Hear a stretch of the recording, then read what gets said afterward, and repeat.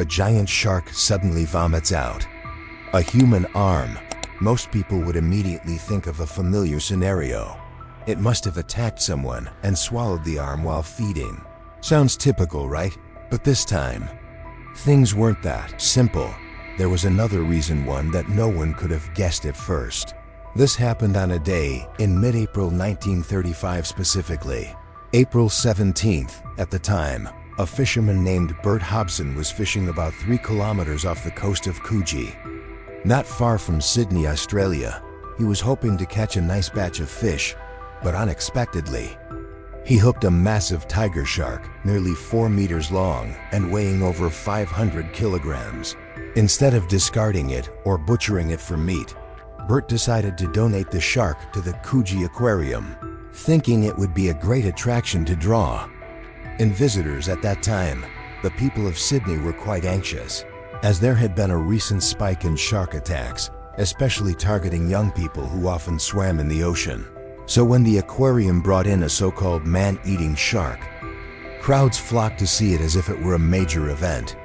But just 8 days later, on April 25th, the shark began to show strange signs. It grew noticeably weaker, no longer swimming vigorously like when it first arrived, and showed no interest in eating. It kept circling slowly in the 25 by 15 meter glass tank, occasionally bumping into the walls, and eventually sank to the bottom as if it were carrying something very heavy inside its belly. It sank to the bottom of the tank as if it were carrying something very heavy in its stomach. Then suddenly, it began thrashing and writhing violently like it was in excruciating pain. And after a long, agonizing struggle, it vomited something that floated to the surface. It was a human arm. It wasn't a rotting chunk of flesh, but a fully intact human arm, so well preserved that you could clearly see a tattoo on the skin. There was even a piece of rope tied around the wrist. Everyone was stunned, just looking at that rope. People felt something was off, but since shark attacks were fairly common at the time, no one questioned it too much. Most just thought simply, probably someone unlucky who got killed by a shark offshore. But as I said, this time, that wasn't the case still. They had to find out who the arm belonged to. So right after the incident, the police tried to take fingerprints from the left hand, the very one the shark had vomited. But unfortunately, the shark's stomach acid was extremely corrosive, and most of the fingerprints had been damaged, making traditional identification nearly impossible. Luckily though, the arm was still fairly intact enough to reveal a unique tattoo. 2 boxers squaring off, inked right on the upper arm, while the police were still scrambling, not knowing where to even begin. Just 3 days after the arm was vomited up, the tiger shark at the Coogee Aquarium was suddenly killed and cut open. For reasons unknown, they decided to dissect the shark, an action that ended up destroying the only solid piece of evidence the police had. And just like that, the investigation hit a dead end. However, it was that very dissection that revealed a shocking truth. Inside the tiger shark's stomach, there were no other human body parts at all. Instead, and this is the truly jaw-dropping part, what they found was another smaller shark. Turns out, before it was caught, the tiger shark had swallowed a smaller shark. And it was that smaller shark, the one inside, that had actually swallowed the human arm.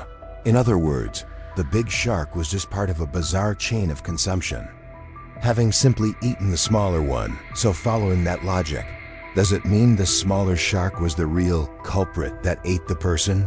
Well, it sounds reasonable, but it's not true, because after closely examining the arm, experts confirmed there were no shark bite marks on it at all. There was nothing to suggest the person had been attacked by a shark.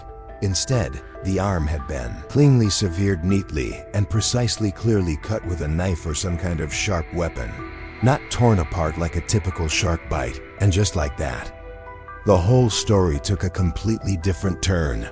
This was no longer an accident or a case of someone being eaten by a shark. It was a real murder. The story quickly made headlines across all media channels, sparking a wave of public curiosity and speculation. Everyone was asking the same question: who on earth had cut off that arm? thrown it into the sea for the smaller shark to swallow, only for both to end up eaten by the tiger shark. An unbelievable chain of coincidences, but every bit of it was real, and that's where the investigation truly began. While the police were still struggling to find new leads, one day, a man named Edwin Smith suddenly called in with a tip. Edwin said he had just read a newspaper article mentioning a tattoo of two boxers on a severed arm, and he was certain it belonged to his brother James Smith, who had been missing for several weeks with no trace. Edwin didn't just make a claim, he brought the police a photo of his brother's arm. And sure enough, the tattoo on James's arm was an exact match with the one found on the severed limb the tiger shark had thrown up. At that point, people began to wonder, could the truth finally be coming to light? And indeed, it was. After a thorough examination, the police officially confirmed that the arm belonged to James Smith. James was born in 1895 in England, but at the time of his death, he was living in Gladeville, a suburb of Sydney. A local newspaper later ran a piece on him, describing how he used to be a lightweight boxer before becoming the manager of a billiards hall. On the surface, he seemed like a respectable man, and the paper even described him as a man with no enemies. But in reality, that wasn't entirely true, because just a few years earlier, James had been involved in illegal gambling. Setting aside the vague details, the police began retracing James's steps, focusing on the places he used to frequent. That's when they discovered this. The last confirmed sighting of James Smith was on April 7, 1935. He had been drinking and playing cards with a man named Patrick Brady at the Cecil Hotel.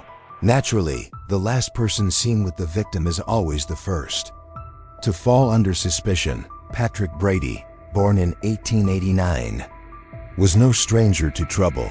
He had a criminal record and was known to be part of the shady underworld. As the investigation began, police discovered that Patrick had moved out of his old apartment right after James went missing. Even more suspiciously, on that very same day, he had rented a small cottage on Cremorna Street. When officers spoke to the property owner, they learned that a mattress and a tin bed had mysteriously disappeared. From there, the police began to suspect that Patrick had murdered James, stuffed his body into a tin container, but the arm didn't fit, so he cut it off. Afterward, he dumped the body into the sea, where a small shark swallowed the severed arm, and later, that smaller shark was eaten by the tiger shark. Based on that line of reasoning, the police officially charged Patrick Brady with murder and summoned him for questioning. But Patrick completely denied the accusation. He claimed, "Yes, I did have drinks with James that day, but afterward, we went our separate ways. I had no reason to harm him." And just like that, everything hit a dead end again. There was no body, no weapon, no witnesses. The police even enlisted the help of the Navy and Air Force to search the area around the cottage Patrick had rented, but they found no corpse and no clear evidence to move the case forward. That made prosecuting Patrick incredibly difficult, even though everyone strongly believed he was the one who did it. The shark arm case seemed to be heading straight for a dead end. The police were at a loss, no new evidence, no further leads, and the trail had all but gone cold.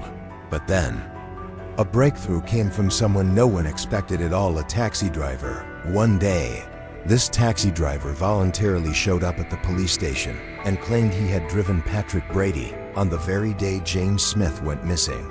What made the trip so memorable to him was how extremely anxious and frightened Patrick looked the entire ride.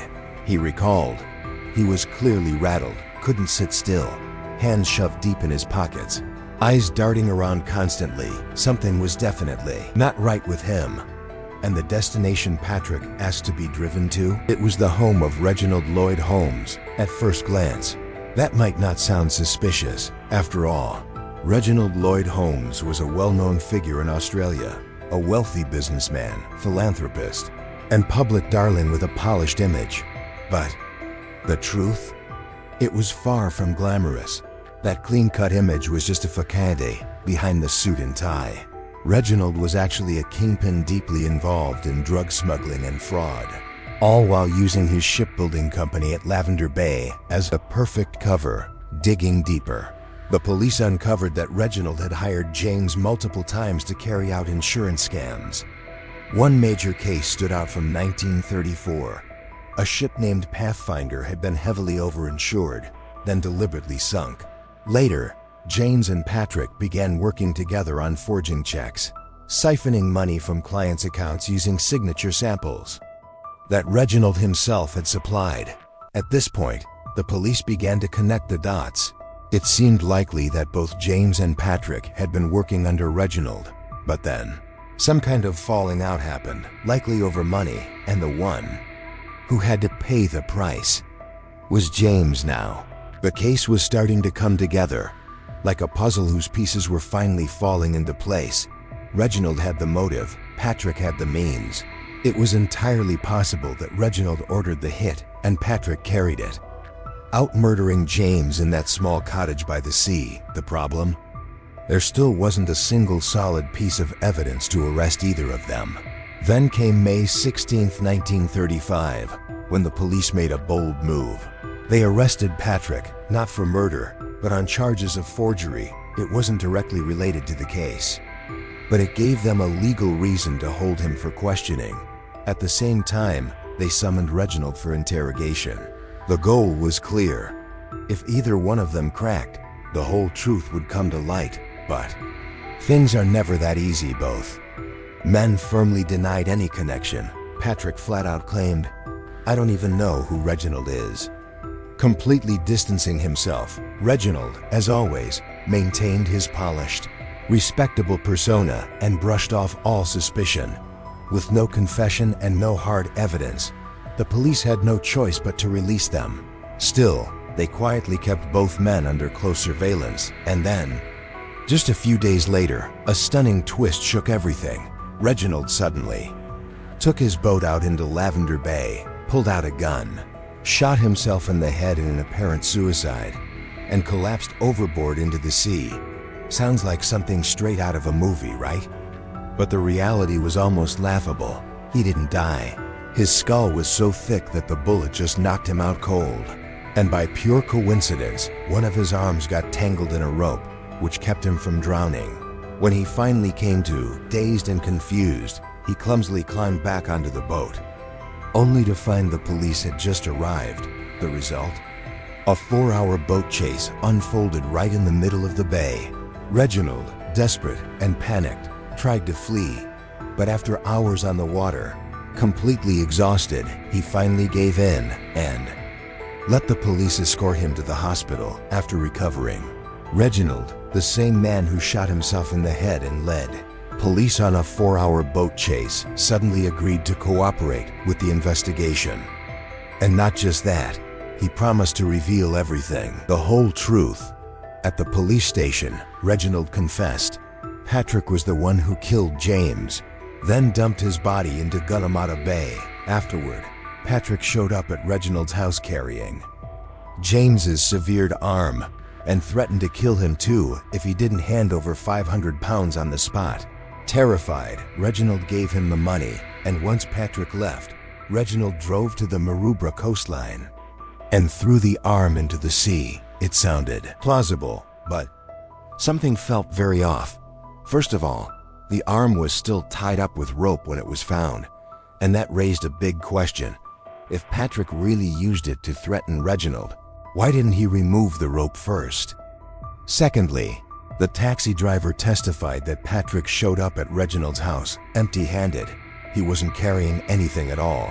And according to the driver, Patrick looked extremely anxious and scared at the time. Definitely not the look of someone who's about to threaten another man.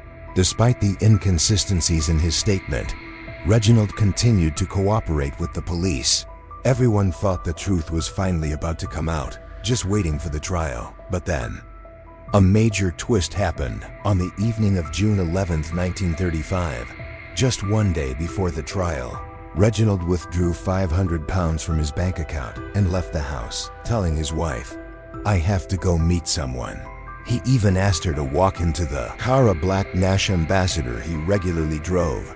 The next morning, Reginald was found dead inside his car, parked on Hickson Road in Dawes Point, a suburb of Sydney. According to the initial findings, he had been shot 3 times at close range. The scene was staged to look like a suicide, but there was another theory that drew even more attention. It's possible that Reginald had hired someone to kill him, making it look like a suicide so that his family could collect the insurance payout. No one knows for sure. All that's certain is this: with Reginald's death, the mysterious disappearance of James Smith officially hit a dead end. Patrick's lawyer quickly fought back, presenting an argument so sharp it left the police speechless.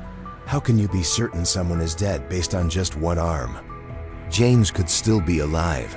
Maybe he just lost a limb. And honestly, it made sense. No body, no witnesses, everything the police said was just speculation. They searched every corner but couldn't find the rest of James. In the end, Patrick was set free due to lack of evidence. He went on to live peacefully for another 30 years, eventually passing away in 1965 as a so-called innocent citizen. As for the shark arm case, it became one of the greatest unsolved mysteries in Australian criminal history. Though the tattoo on the arm led to the identification of James, the truth behind his death remains forever buried beneath the sea. Some say James never actually died, and that he was the one who tipped off the police from the very beginning. Others whisper that the real killer wasn't Patrick or Reginald at all, but rather Eddie Wayman, a notorious crime boss who ruled the underworld in the 1930s. The final question remains unanswered. Why would a wealthy, successful businessman like Reginald get involved in a murder case and possibly even work under the command of a criminal kingpin? Or was it all just an elaborate performance, so perfectly staged that the only person who truly knew the truth took it to the grave? In the end, what really happened? No one knows. No one ever will. One thing's for sure: the story of a shark vomiting up a tattooed human arm and the string of unsolved murders that followed shook not only the courts, but also the public, the media, and Australia's legal world for decades. A floating arm from a shark's belly, a businessman's mysterious suicide, a prime suspect released due to the absence of a body, and conflicting testimonies that read like a crime thriller script. That's why the shark arm case has become a part of popular culture, retold in novels, adapted for the stage, and even made into films as a desperate attempt by people to uncover the truth behind a mystery that may never have an answer. Today's video ends here. Thank you all for watching until the very end. See you in the next videos. Goodbye.